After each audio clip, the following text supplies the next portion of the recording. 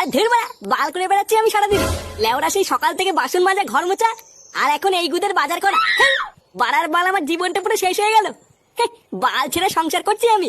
ভোদা আমি এর থেকে আগেই ভালো ছিলাম। সকালবেলায় বেরোতাম আর মালমুলকে সারাদিন ক্লাবে পড়ে থাকতাম। তা না, বাল করে বেড়াচ্ছি আমি। বালের সংসারে কোন সময় আগুন ধরে দেবো তখন বুঝবে এই ফুটো কি জিনিস।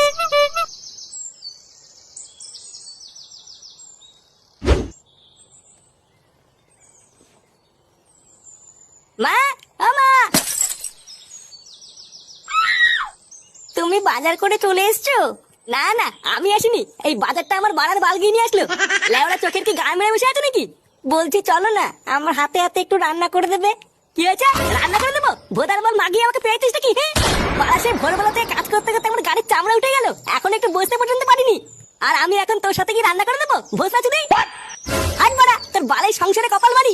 যা বাড়া, তোরা গা মারি খাবি যা। লেওড়া রোদের ভিতর থেকে বাজার করে নিয়ে আসলাম, একটু জল লাগিয়ে দেবে কিনা? শালা মাগি বলে কিনা রান্না করতে।